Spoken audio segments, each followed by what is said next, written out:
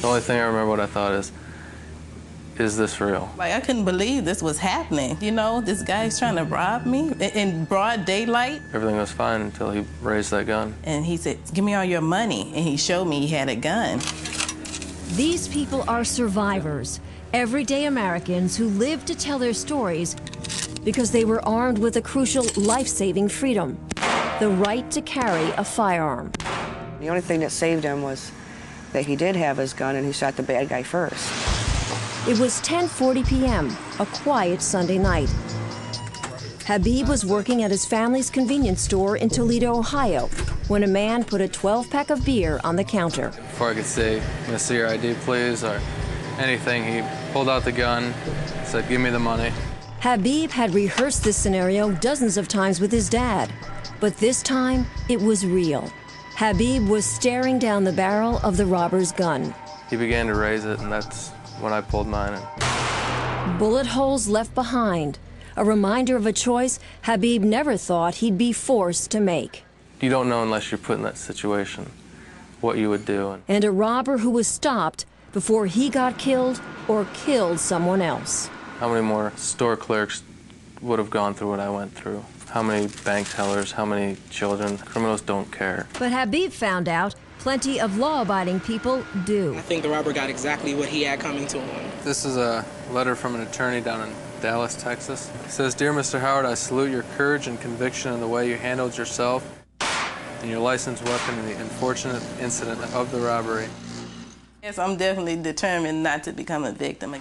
Felicia Moss was making a quick stop at home, talking on the phone with her husband, when all of a sudden, she's attacked from behind. I heard my wife just screaming and screaming. But Felicia tries to stay calm, walks to the back of her car, and starts searching through her purse for money. If I take out my wallet, I show him I don't have any money. And I said, but wait a minute. Felicia was stalling for time, knowing she also had a handgun inside her purse. When I pulled out my gun, you can see it in his face. He was shocked. That's why he tried to take it from me. But Felicia wouldn't let go, and the suspect took off running. Yeah, the police said that I did a great job. They were very proud of me. What the guy didn't know, he didn't know that my wife is a pit bull in a skirt. Survivors who are foot soldiers in a right-to-carry revolution. There you go. You did it. Where citizens are determined not to be left defenseless, and criminals operate at their own risk. And they never know who's going to have a gun and be able to defend themselves or not. If the bad guy thinks everybody's armed, the bad guy's not going to risk his life for. Fortunately for Habib, Ohio's concealed carry law had just gone into effect. I thank God every day that the NRA and everybody did their part to get this law passed, because I honestly don't think I would be here. A life-saving right. A revolution that began back in Florida when a grandmother named Marion Hammer took on a tireless task to restore right to carry.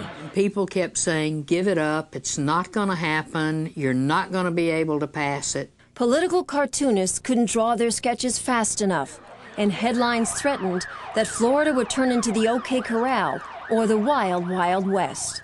Emotional and political eyewash, I like to call it. It took 7 years, but Marion's grassroots effort paid off. In 1987, Florida passed the nation's first shall-issue right-to-carry law. You can't imagine what it feels like to see the groundswell that we saw. It's been just a brush fire going from state to state. From Virginia to Arizona, from North Carolina to Texas. In all, 38 states now have right to carry, and more than 2 million Americans have gotten their permits. Law-abiding gun owners who have proven the critics and gloom and doom media wrong. It didn't happen in Florida, it didn't happen in Texas, it didn't happen in other states. It's a bunch of baloney. Baloney. The reason? Firearms training classes like this, and the extensive background checks required of anyone who wants to get a license to carry. As a husband, a father, and a police captain, Rich Stanek fought hard to get the law passed in Minnesota. But I didn't see anything to fear by it. In fact, I thought it was just the opposite. As a police officer, and it was ingrained in me from day one that, look, Officer Stanek, you cannot be everywhere all the time. People have to take responsibility for their own safety. The state of Wisconsin will not allow me the choice of how to protect myself. You would think that what happened to Teresa Sweet wife and mother of 3, would give her every right to carry a firearm. I had been raped repeatedly for over 6 hours.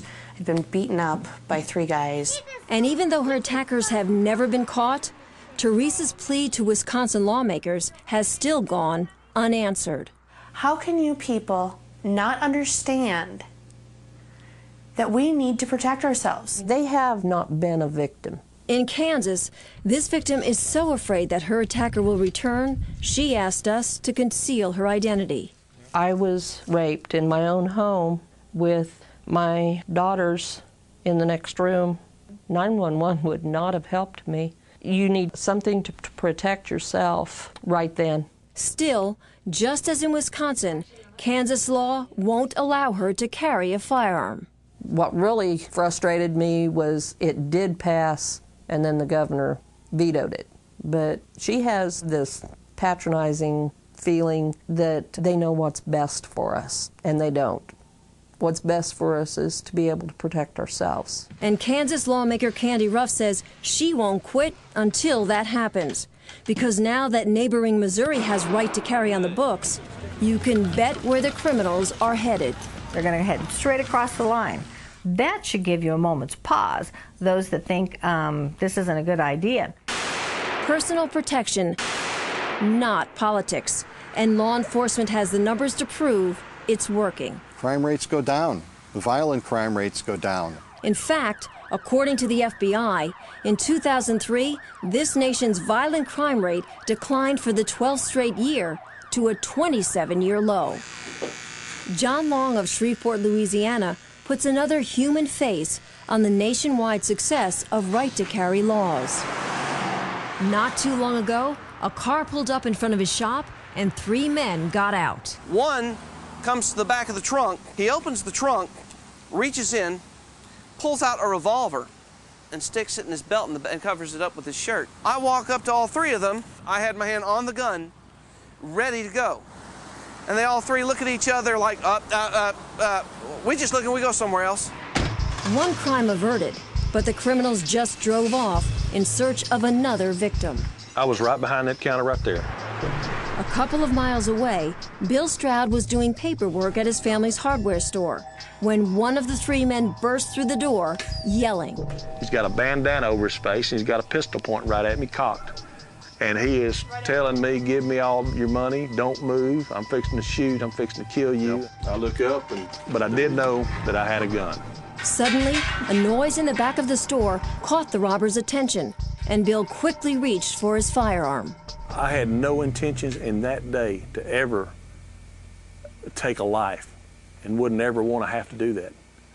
But I didn't have a choice. As it turns out, the man Bill Stroud shot was a dangerous fugitive, wanted for attempted murder and several armed robberies. And I don't understand how they say if they get rid of the guns, if they make it illegal, that criminals will not have guns.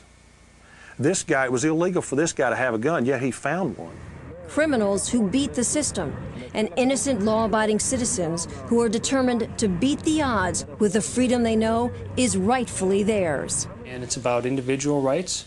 It's about personal rights. You know, the neat thing about this is that it is a grassroots movement. We see people ranging from doctors, lawyers, factory workers, all walks of life. I'm living proof that the law works. This is your right.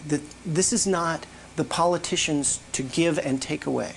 But the fight is far from over. It's not over, and it won't be over until every single state has right to carry. And to those states that still deny Americans this right, a message to lawmakers from those whose lives hang in the balance. Stop playing Russian roulette with other people's lives.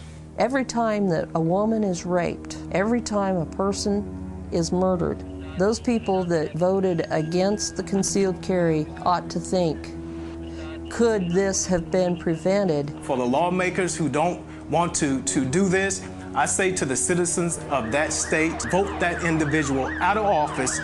We have enough victims. Let's stop it. It needs to stop now.